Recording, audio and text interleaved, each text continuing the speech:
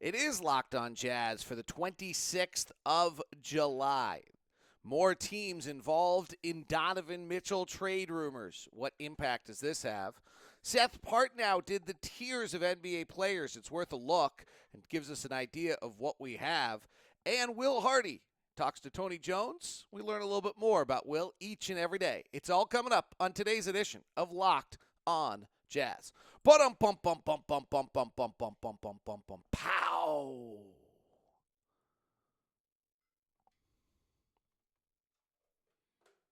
My media source didn't play. Huh. There it is. You are Locked On Jazz, your daily podcast on the Utah Jazz. Part of the Locked On Podcast Network, your team every day. How are you? I'm David Locke, radio voice of the Utah Jazz, Jazz NBA insider. This is Locked On Jazz, your daily podcast on the Utah Jazz, giving you insight, expertise, geeky numbers, and hopefully making it way better to be a Jazz fan each and every day. We do have this going for us this year, and that is that while everyone else has absolutely dead, nothing to talk about right now, the NBA is kind of on hiatus. We're still in the forefront of the news every day, so we got that going for us. Thanks very much for making Locked On Jazz your first listen each and every day. We are free and available on all podcast places as well as on YouTube. And thanks to all of you who participate in our YouTube comments each and every day, going back and forth. What a great Jazz community we have there. So please, thumbs up on YouTube or 5 stars on your podcast app are greatly appreciated. All right. We're still kind of in a holding pattern on the Donovan Mitchell trade or not trade. I want to throw out a hypothesis, and not a huge, crazy. I don't have inside sources here. This is just a thought I had. So we'll call it that. It's a thought. Does Donovan actually want to go to New York? What are we basing this on? He grew up there. Okay. So he grew up there. He then went to school in Connecticut, and then he went to high school in New Hampshire, and then he went to college in Louisville, and then he got drafted by the Jazz. Don't misunderstand what I just said. I didn't say that he wants to stay in Utah. Those are two different things. But I'm not entirely convinced why everyone, basically the media, has decided that Donovan Mitchell actually wants to go to New York. Now, I'm sure his mom wants him to go to New York. Nicole's wildly involved. She's runs his foundation. She's connected. And moms want kids to come home, right? That makes sense. But Donovan himself is really an interesting case to me because he spends a lot of time in Miami. He spends a lot of time in L.A. He spends some time in New York. His dad works for the Mets. He goes to Mets games. The basis for a huge amount of this seems to be, Donovan's dad works for the Mets and Donovan's a Mets fan. Okay, well, that's because he was a kid once, not that long ago, and he grew up around the locker rooms, and he roots for the Mets, and he roots for his team. But, because you root for a team doesn't mean you actually want to live there. The other part of this we've decided is because he's from there, most athletes actually don't really want to go back to where they're from. Now, some of this is the arrogance of the New York media that they just assume that automatically if someone's from New York, that they actually immediately want to go back to New York, which I'm not sure is true. In fact, my dad grew up in New York, and he promptly moved to California. Which really leads me to, I'll be honest, the scenario I've always thought that was the worst case for the Jazz was that Donovan got to free agency at the exact same time that Kawhi Leonard and Paul George's contracts expired for the LA Clippers, and give three years to Steve Ballmer of building the LA Clippers in their new Inglewood arena, and that might have been the most appealing or as appealing franchises there is in the NBA. It's not, frankly, like the Knicks are the most appealing organization either. No offense. I know Knicks fans already don't like me, so that's good. I'm good with that. I'm comfortable in that spot in my life. But, truthfully, it's not an organization that has, an amazing track record of success, and it's awesome. And this whole idea that, if you play well in New York, it's really like a 1970s, 1980s point of view toward things.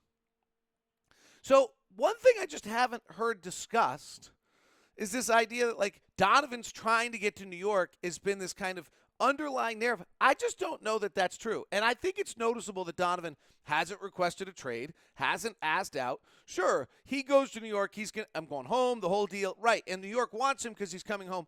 But really, if you actually just remember that basketball players are human, they aren't wildly different than who we are in life, other than they make way more money and they're probably better at their craft than we are, is that most kids actually don't all want to go home. And particularly if home's cold. And there are places, Miami, Orlando, LA, that aren't cold. So I just thought I'd throw it out there that I'm not utterly convinced that Donovan's ending dream for Donovan is that he goes to New York. His agent, Ty Sullivan, lives there. His mom lives there. His dad lives there. Yeah. But I also might, at 26, 27, he's 25 right now, years old, be perfectly willing to, like, step away and set my own path. Like, Kevin Durant's from Washington, D.C. We don't do this. Like, that Durant's dying to go back to Baltimore and D.C. area. We only really do this with New York. The fact is that of all the players I kind of ran through, like, what player has actually wanted to go back home? DeMar DeRozan wanted to go to L.A., ended up in Chicago. Paul George wanted to go to L.A., ended up in L.A., and they both grew up there. Oh, Kawhi Leonard grew up in San Diego, like, went to L.A. So it actually seems to be people want to go to L.A., which is generally true. Because if you're rich and young, that's a pretty awesome place to live. So just a thought there that I'm not, as we hear other teams' names kind of fold into this, I think it puts even a larger leverage point on the Knicks, because I don't actually think, like, if the Knicks' next plan is, that's all right, we'll just get him in free agency. Good luck with that, because I'm not sure that I totally buy that.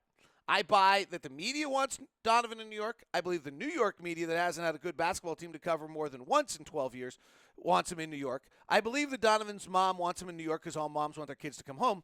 And I would guess that Donovan's representation might want him in New York. But I'm asking about Donovan, who might want to be in Miami. You know why? Because if you're 26 and rich and single, Miami rocks. LA rocks. They're great places to live. So just throw it out there. We do have suddenly this list of teams percolating. There was the Orlando talk, which I think originated out of the Zach Lowe podcast, which is really interesting. We'll dig into it a little bit more later in the week. It really comes down to what you believe Jalen Suggs is today compared to what you might have believed Jalen Suggs was in the draft.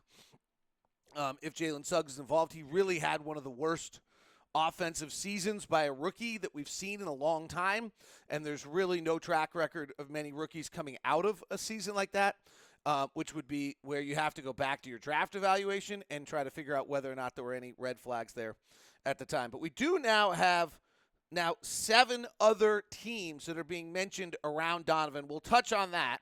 I want to touch on Seth Partnow's tiers. I thought that was a really interesting piece he did, and we'll touch on some of that, probably continue it throughout the week, as well as Will Hardy piece in The Athletic just gave us a little bit more insight in what's going on with who he is and just kind of the little things that make him tick. It's Locked On Jazz. It's part of the Locked On Podcast Network. Your team every day. Today's show is brought to you by Murdoch Chevy, located in Woods Cross as well as in Logan. The Chevrolet, just Americana. Murdoch's, Utah. It's a perfect mix. Murdoch's have been in Utah for over 80 years. Chevy, we know it well.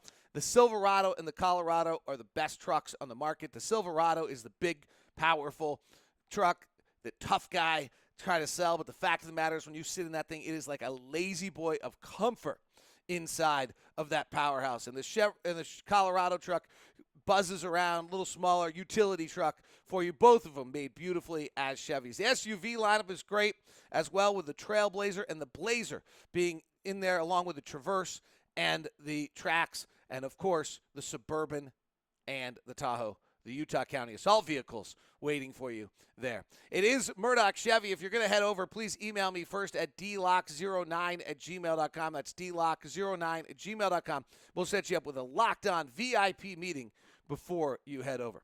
Today's show is also brought to you by betonline.net.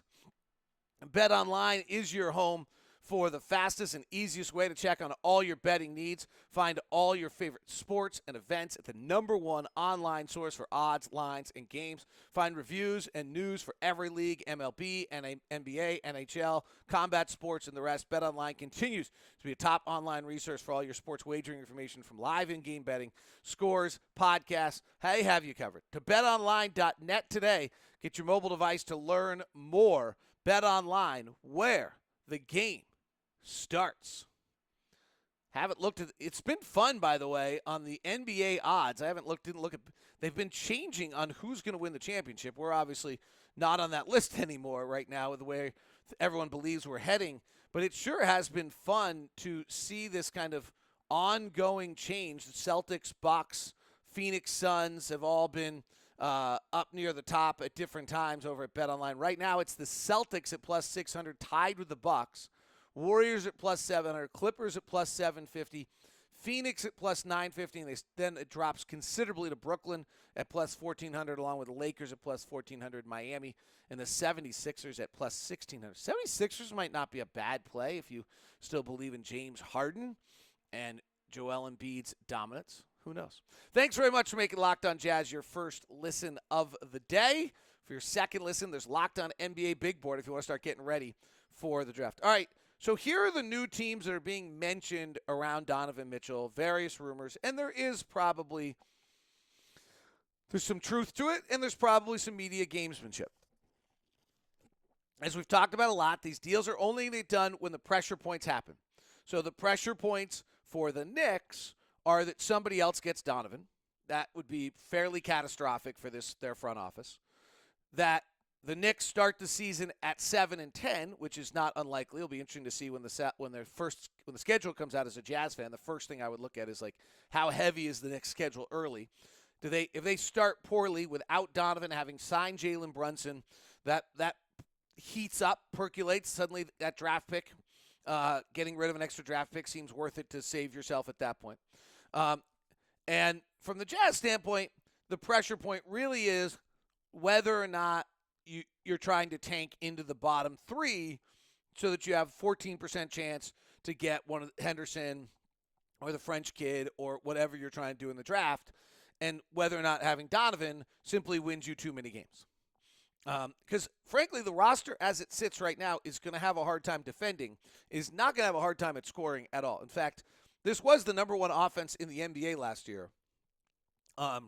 And so you have constructed, you have to figure out how you're having vertical attack on the rim the way Rudy did, but you still have, your starting lineup tomorrow would probably be Mike Conley, Donovan Mitchell, Malik Beasley, Bojan Bogdanovic. That's a loaded offensive group, maybe with Clarkson coming off the bench, and suddenly Clarkson, Beasley, and some collection of guys are doing your scoring off the bench is pretty solid group. So you're going to score. I mean, 128, 126, mass excitement.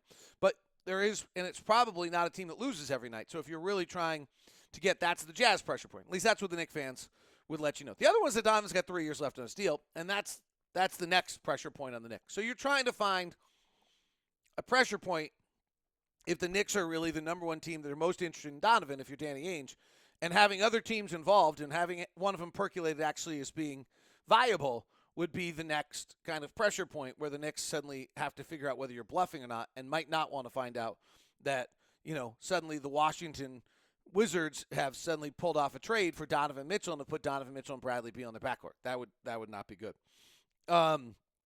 Orlando, Sacramento, Washington. Sacramento's interesting. Would they be willing to give up enough picks, which seems to be the collateral that we want on a pick like this? It's not collateral, the package that we want on this pick.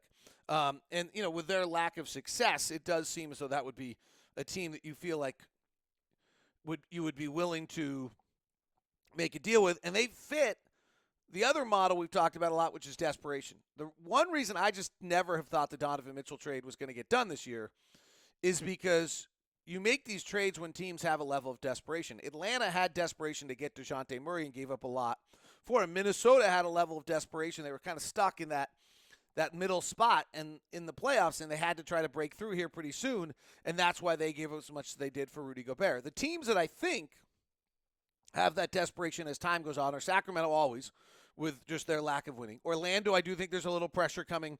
They get Banchero. If they don't show like growth, I think that group begins to feel it a little bit. And I do think that Washington and Chicago, Toronto and Charlotte are teams that end up in the next year or two having a little bit more pressure. They're stuck. They're not making progress. They're either going one way or the other. Washington, with Bradley Beal's contract signed for as big as it is, really can't tank. And so they've got to compete. So I think they're a real possibility. Charlotte is just kind of, they got LaMelo. And I think, unfortunately, they're going to be the next team that gets the treatment that we've been getting for the last few years with Donovan, which is where's LaMelo going next? And so there's going to be some real heat there. And LaMelo's big enough that you could probably play Donovan and LaMelo together. Toronto has won their title, and so their pressure is off. But there's now been just so much talk of Pascal and OG and who they're trading and what they're doing that if for some reason that group doesn't have better than a fourth or fifth best season in the East, and if you look at the, this isn't always the best way to look at it, but if you look at the Bet Online odds for a title right now, Boston, Milwaukee, Brooklyn, Miami, Philadelphia are all ahead of Toronto. Toronto comes in as 6th or 7th. If they go 6th or 7th in the East next year, I think their pressure, like at some point you got to start moving those assets to get better. So I could see it pick up. And then Chicago's the other one. Chicago made all these moves. They had this wonderful first half of the season last year. They got crippled by injuries. Lonzo Ball's knee is not seemingly getting better. The reports by Casey Johnson there are not good. And Donovan kind of matches a little bit. They're Vukovic, DeRozan, and Ball, but we'll see. And they've got one or two young pieces, plus they've got their cadre of draft picks. So I think those are these teams are being mentioned actually all make sense. And they are the next teams that I think, I do believe that if you're looking for monster trades or teams trying to make monster trades in the next season, it's going to be Charlotte, Chicago, Toronto, Washington. Those are the four. And then I think Sacramento's always possible. And Sacramento would like to do Donovan now, frankly, because they get the years of contract and see whether or not they could keep him. So that's kind of a little bit of where I think we're sitting on those issues. Seth Partnow did his tiers of top 25 players in the NBA a little while back on The Athletic. It's behind a paywall, so you might not have seen it. And he does the top 7 players in the league. And there's little tiny things inside of this, but, he really has the top 5 or 4, Giannis, Durant, Jokic, and Curry. And then Embiid and Luka are right in there. I don't think any of us would complain. And then Kawhi and LeBron. And I think that's, virtually I don't think many people are going to complain on that. You could probably there's really LeBron's still great. Kawhi's injuries make it a little funky. But those are the 8 players that are kind of the premier players in the league. And Kawhi and LeBron have kind of their little issues to it. I got it. Then the next tier is kind of what he has as his tier 2. And he does have it broken up into 2A, 2B, and 2C. But Jason Tatum and Jimmy Butler are just knocking on that one door. Trae Young, James Harden, Ja Morant, Anthony Davis, Devin Booker, Rudy Gobert, Chris Paul, Paul George, Dame Lillard are the next one. It's interesting to me that Ja Morant's not up there a little higher in the Tatum-Butler feeling. The feeling is, if someone's about to become a tier 1 player in this league, it's no question it's Jason Tatum. My second most likely player to become a tier 1 player after that would be Ja Morant. And then I think you're into either a Devin Booker, Trae Young conversation. So these are the right names, which really, frankly, leads you to Don. Donovan's defense gets better. Like the fact that Donovan's not in this group tells you that he had an off season last year because he really should be. Who's the next group that might become that guy? Tatum is clearly that guy. Trae Young, Ja Morant, Devin Booker are the young players in this list. Donovan's got to feel that he should be in there, or maybe even Jaylen Brown feels like he should be in there. Bam Adebayo probably feels he should be in there. Well, guys all feel they should be in there. But so I think that when you're looking at this, it's an interesting set of where Donovan sits. The other one is the other player in here that frankly is the wild card is that Anthony Davis has the ability to be in that group 1 and was for a little while in the bubble and just hasn't played enough. Chris Paul fading out of it. Paul George, Dame Lillard probably falling out of it. James Harden fading out of it. Those guys are on now, I think, on the other side of this.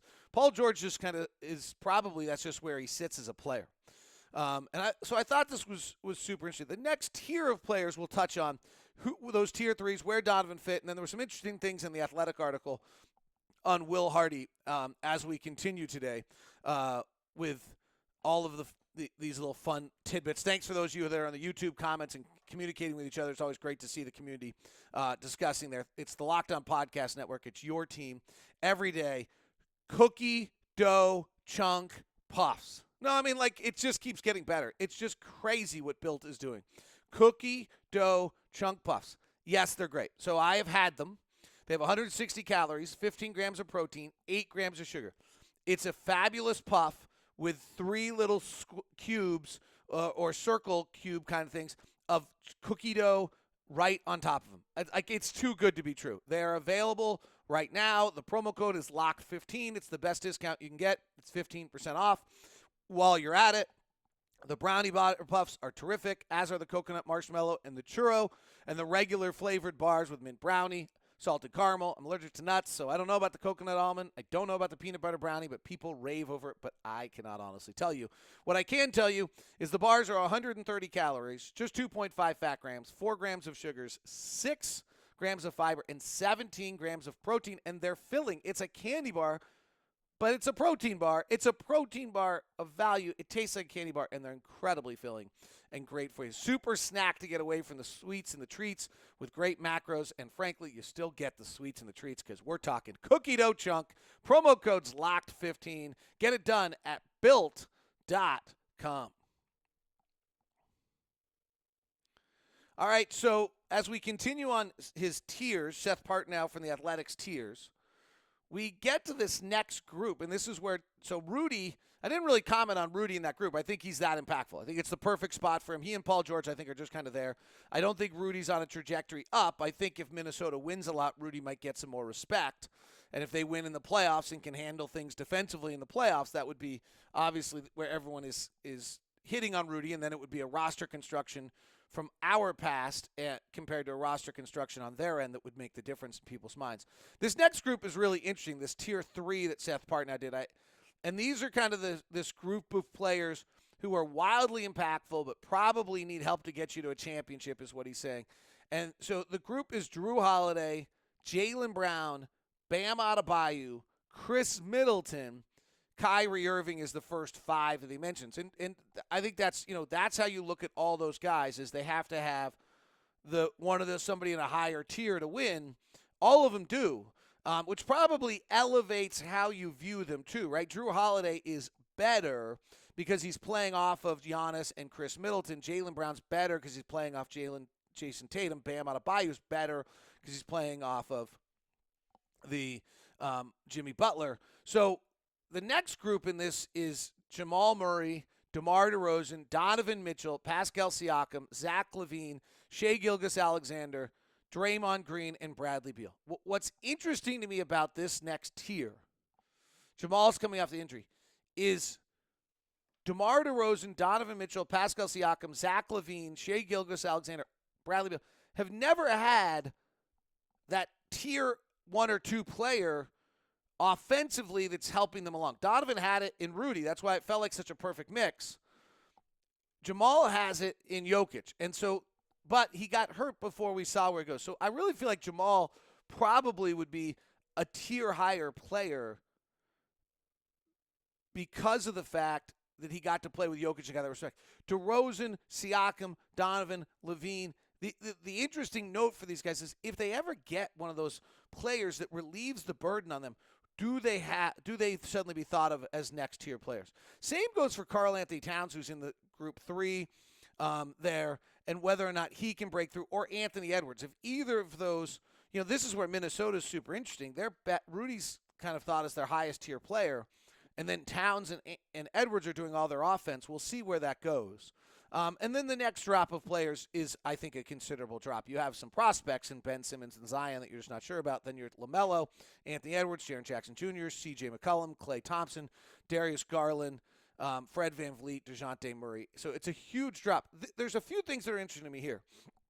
One is the first thing I talked about, that in that third tier of players, it's certainly you're thought of better if you play with a better player, and it relieves the burden. It might be intuitive, but it also means we're missing evaluations a little bit. The other one is, there's only one guy in here of this caliber that's available. And there really were only two and they were Rudy and Donovan. And this is why Danny's able to get such a haul, is because of the fact that he's doing this at a time in which there just are not other players available. And DeJounte Murray was the next best player that was moved, and DeJounte Murray is a Tier 4 player. Donovan's a Tier 3B on this. Rudy was a Tier 2. It tells you a little bit where players rank in the league, what their values are. But it also tells you, like, Jamal Murray's just not available. DeMar DeRozan, like, the guys ahead of Donovan on this list, Kyrie, I guess, is available. But, like, that's taking a box of chocolates times 10. Middleton, Adebayo, Jaylen Brown, Drew Holiday, Dame Lillard, Paul George, Chris Paul, Rudy Gobert, Devin Booker, John Morant, James Harden. You're just, like, we can all, New York can sit here and stand strong that, well, we don't want to give up this extra pick. And we can have these suddenly 7 other teams talking about it. Someone is going to realize that there's not going to be another player the caliber of Donovan Mitchell available on the market anytime soon. By the time Zach LaVine gets available, he's on the backside of a max contract with a bad knee. Shai Gilgeous-Alexander would be the one other player, and I would admit, if I was a team in the NBA, before I offered Danny Ainge the haul, I would pick up Sam Presti and say, can I get Shai Gilgeous-Alexander maybe for a little less? And if the answer is yes, I make that deal instead. But there's no signs that Oklahoma City is going to tear this thing down even further to not have Shai be a part of it. Like, they've got a pretty amazing mix of Shai, Josh Giddey, Chet Holmgren. Like, it's beginning to come together. They need some more pure athleticism. They need probably one more bona fide scorer. But they're beginning to piece this thing together. So I would be super surprised if they were to make that a deal of that nature in the process. When you start to get to these Miles Bridges, some of these, it's not there. So to me, the big takeaway on Seth Partnow's tiers is everyone can stand strong here and claim, well, I'm not giving this up. But you're just not getting another player of Donovan Mitchell's caliber if you wait and do that any longer. So I think that's the thing. Final thing today, Will Hardy did an article with Tony Jones. Few takeaways from the article. Good job, by the way. Both these are from The Athletic, so credit to them. His job is to be flexible to whatever the situation is.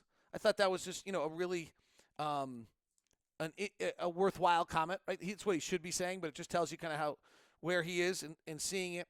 He talked, again, his continual of trust. He referred to the players as co-workers, which I think is an important mindset. And he said, we want an environment of honesty with each other. I don't like tests. I don't like hidden responses. Tell me to my face, and I will tell you to your face. And I think that's what we're seeing with Will Hardy. And obviously his Jazz job is changing by the day and what he's going to be asking out of his group. But I think it's just another little point of this very bright, developing, young, future, great head coach in the NBA that the Jazz have signed on to. That's all part of what's going on. All right, that is Locked On Jazz today. We'll continue talk more about all these stories and the rest as we continue here for the week. It's Locked On Podcast Network. It's your team every day. Make Locked On NBA Big Board your second listen. Have a good one.